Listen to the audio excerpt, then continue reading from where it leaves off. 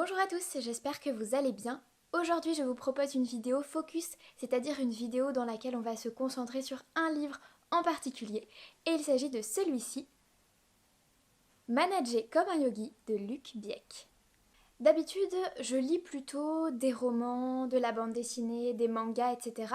Mais parfois, il m'arrive de m'écarter un petit peu de ces habitudes de lecture pour entrer dans des choses un peu différentes, comme des essais ou des livres documentaires, vous appelez ça comme vous voulez. En tout cas, ça n'est pas de la fiction, donc ça me change un petit peu, mais c'était important pour moi de lire un livre sur le management, parce que normalement, si tout se passe bien, je vais bientôt avoir un poste de responsable de secteur et donc de responsable d'une équipe. Donc je serai amenée à coordonner et organiser une équipe, un pôle dans une médiathèque. Et du coup, je me suis dit, quoi de mieux que de lire un livre sur le management avec une philosophie qui tourne autour du yoga pour me préparer à ce futur poste. Donc, vous l'aurez compris, ce livre, Manager comme un yogi, écrit par Luc Biek, s'intéresse en fait au management, mais vu sous le prisme de la philosophie du yoga. Et donc, Luc Biek, l'auteur, est accompagné de deux personnes, Laurence Gay, qui est maître yogi, et Emmanuel Faure, qui lui est manager. Et en fait, ces deux personnes vont l'accompagner dans la rédaction de cet ouvrage pour lui donner différents avis, différents points de vue justement sur la pratique du management et sur la pratique du yoga, en tentant de tisser des parallèles et des liens entre ces deux pratiques. Ce que j'ai fait pour me souvenir un petit peu du livre, puisque je vais bientôt devoir le rendre à la médiathèque, c'est que j'ai ressorti mon habituel petit carnet de prise de notes, dans lequel j'ai noté justement des choses que j'avais envie de retenir et de garder pour plus tard quoi. Et donc, je vais pouvoir vous en parler un petit peu sans trop vous en dévoiler, mais quand même pour que vous compreniez un petit peu tous les enjeux qui tournent autour de ce livre-là. Alors il faut savoir d'abord que Manager comme un yogi, il est divisé non pas en chapitres, mais en piliers. Donc ça fait bien référence à des piliers qui servent à la pratique de yoga et qui vont nous servir aussi en tant que manager. Alors, les 5 piliers qui sont cités, c'est penser la non-violence, travailler sa posture, affûter son éthique, aiguiser le souffle et enfin chercher sa cohérence. Donc vous voyez que ce sont des références au yoga et qu'on va parler de souffle, qu'on va parler de posture et je vais vous résumer un petit peu les points clés qui sont cités justement dans ce livre. Je vais essayer de vous donner quelques points clés qui correspondent à chaque pilier et je commence par penser la non-violence. Donc désolée, je regarde un petit peu mon cahier pour bien vous retranscrire tout ce que j'ai pu lire. Donc penser la non-violence, ce que j'ai le plus retenu, c'est que pour être un bon manager, il faut savoir communiquer de manière non violente et savoir être à l'écoute. Alors pour la communication non violente, voilà les étapes qu'il faut suivre. D'abord, vous devez décrire les faits, ensuite exprimer votre ressenti, puis préciser vos besoins à l'origine de vos sentiments et enfin formuler une demande précise et concrète. Donc avec ces 4 étapes, vous allez réussir à communiquer de manière non violente, que vous soyez en posture de manager ou pas d'ailleurs. Et en ce qui concerne l'écoute, ce qu'il faut retenir, c'est que l'écoute en fait, c'est l'effacement. C'est le fait de laisser l'autre partager ce qu'il a à nous dire et être nous ouverts et disponibles sans juger et sans chercher à reformuler ce que l'autre veut nous dire pour être dans cette bonne posture d'écoute. Donc si on est capable d'écouter et de communiquer de manière non violente, on va avoir une certaine facilité à parler, que ce soit avec notre chef ou avec notre équipe. Ensuite, en tant que manager ou que responsable, vous allez avoir une certaine posture. D'abord, vous avez un statut. Alors, c'est-à-dire que vous êtes nommé manager ou responsable ou quoi que ce soit. En tout cas, vous avez un statut. L'idéal, c'est de ne pas trop le faire ressentir aux autres. C'est-à-dire ne pas lancer à tout bout de champ, c'est moi le manager, c'est moi le responsable, vous allez m'écouter au doigt et à l'œil, point barre. Ça, en général, c'est très mal ressenti par une équipe. Mais bon, je vous le dis, mais c'est un petit peu évident. Ensuite, vous avez un pouvoir d'expertise, c'est-à-dire que vous allez être qualifié normalement pour ce rôle de manager. Pareil, Le pouvoir d'expertise, dans l'idéal, il ne faut pas trop le faire ressentir aux autres. Il faut être capable de donner l'information au bon moment, de savoir répondre à une question de votre équipe, mais ne pas trop insister sur le fait que vous êtes la personne la plus qualifiée, vous êtes celle qui possédait le savoir. Non, là, ça va être très mal vu. Ensuite, vous avez un pouvoir d'organisation et c'est de loin le pouvoir le plus important en tant que manager parce que c'est ce que l'équipe attend de vous. L'équipe attend que vous puissiez faire les plannings, définir des priorités ou les redéfinir si jamais vous êtes dans une situation d'urgence où il faut faire les choses très vite et tout ça. Un manager doit avoir ce pouvoir d'organisation qui est très important.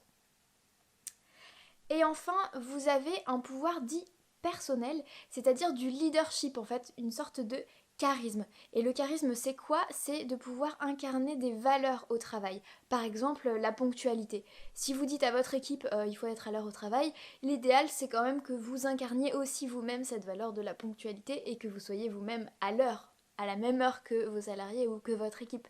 C'est quand même logique, mais c'est important de le rappeler. J'avance un peu et je passe au chapitre qui concerne l'éthique. Il y a en fait 3 préceptes éthiques du manager yogi que vous devez respecter autant que possible, à commencer par réfléchir à son éthique professionnelle et à son exemplarité. C'est un petit peu ce que je vous disais tout à l'heure par rapport à la ponctualité. Si vous demandez la ponctualité à votre équipe, il faut que vous aussi vous soyez exemplaire et que vous arriviez à l'heure. Ensuite, il faut faire de son mieux. C'est facile à dire, mais c'est très important justement parce que si vous êtes capable de dire à la fin de votre journée que vous avez fait de votre mieux autant que possible, vous allez avoir une satisfaction du travail bien fait et une satisfaction personnelle qui va vous permettre d'avancer et de garder le cap. Et enfin, il faut apprivoiser ses limites et les limites des autres, de son équipe, pour agir avec justesse, savoir faire une pause quand c'est nécessaire, savoir ne pas se laisser marcher sur les pieds par exemple.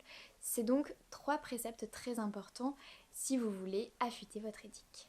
On passe à un point clé, que ce soit en yoga ou en management, il s'agit du souffle.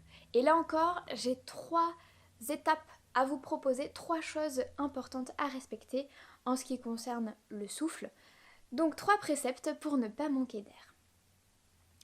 D'abord, en tant que manager, il vous faut déterminer un cadre d'exercice, par exemple une fiche de poste à donner à votre équipe. Le truc, c'est que ce cadre d'exercice-là, il doit être suffisamment clair pour que la personne sache précisément ce qu'elle doit faire, mais suffisamment ouvert pour que la personne puisse respirer à l'intérieur de ce cadre et être inspiré. Être inspiré, ça veut dire quoi? Ça veut dire que vous allez avoir une équipe qui va avoir de l'inspiration, qui va être capable de donner plein d'idées et d'avoir l'énergie suffisante pour réaliser ses idées et ses projets. Ensuite, il faut travailler son souffle dans le sens où il faut savoir quand vous avez besoin de souffler et savoir dire stop à ce moment-là. Sinon, vous allez être épuisé en tant que responsable ou en tant que manager. Et cet épuisement-là, ce stress, cette angoisse, vous risquez de le faire ressentir à votre équipe. Donc, apprenez à savoir quand est-ce que vous avez besoin de souffler et ce sera d'autant plus facile pour vous, pour exercer votre pratique de manager, mais aussi pour votre équipe puisqu'elle n'aura pas à subir votre stress. Dernier point clé assez intéressant, il s'agit de dédier 1 heure par semaine au moins à votre pratique managériale, c'est-à-dire à faire des entretiens, à réfléchir à votre pratique, à laisser émerger des idées, mûrir des idées, ce genre de choses. C'est un temps dans la semaine que vous vous accordez pour respirer et ça va vous permettre d'être encore plus créatif. On termine avec le dernier pilier abordé par ce livre, il s'agit de chercher sa cohérence. C'est très important quand vous êtes dans une position de manager ou de responsable puisque d'un côté vous avez votre équipe et d'un autre côté vous avez un chef, en tout cas un responsable hiérarchique. Donc vous êtes constamment entre les deux à essayer de trouver votre cohérence. Et donc voilà 3 propositions pour réussir à la trouver. D'abord, on vous propose dans ce livre de reconnaître le besoin de reconnaissance que vous avez et celui de votre équipe. Donc, pour satisfaire celui de votre équipe, il faut bien sûr savoir les féliciter et les remercier quand le travail est bien fait. C'est normal, c'est leur travail, mais c'est aussi normal de remercier et de féliciter quand le travail est bien fait. Ensuite, vous avez vous aussi un besoin de reconnaissance et malheureusement, il ne va pas toujours venir de la part de votre chef. Si vous avez de la chance, il viendra. Sinon, il faudra savoir satisfaire ce besoin vous-même. Autrement dit, dans la semaine, vous vous prenez un temps, vous vous dites voilà, j'ai fait de mon mieux, j'ai fait mon travail comme il fallait le faire et j'ai réussi à faire ce que je voulais. Donc j'ai bien avancé et donc votre besoin de reconnaissance sera entre guillemets auto-satisfait. Ensuite, il faut savoir valoriser sa singularité. Sans trop d'ego, sans crier à tue-tête, je suis le meilleur évidemment, mais savoir se dire voilà, la position que j'occupe elle a été utile, j'ai été utile dans mon équipe, j'ai été utile à mon responsable et je valorise ma singularité. Dernier point super important, cultiver les liens sociaux, c'est-à-dire en fait communiquer et bien communiquer, ne pas oublier la conversation en face à face, ne pas faire qu'envoyer des mails et soigner le message que vous voulez transmettre à votre équipe. Ça vous permettra une meilleure relation aux autres et donc une meilleure cohérence avec vous-même, avec votre équipe, avec votre responsable.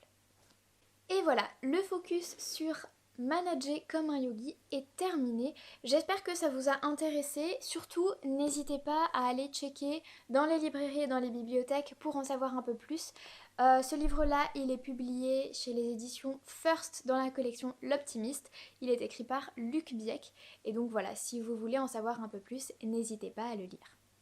Merci à tous d'avoir regardé la vidéo. J'espère qu'elle vous a plu. Et moi, je vous dis à très bientôt pour une prochaine vidéo et d'ici là je vous souhaite de bonnes lectures. Ciao!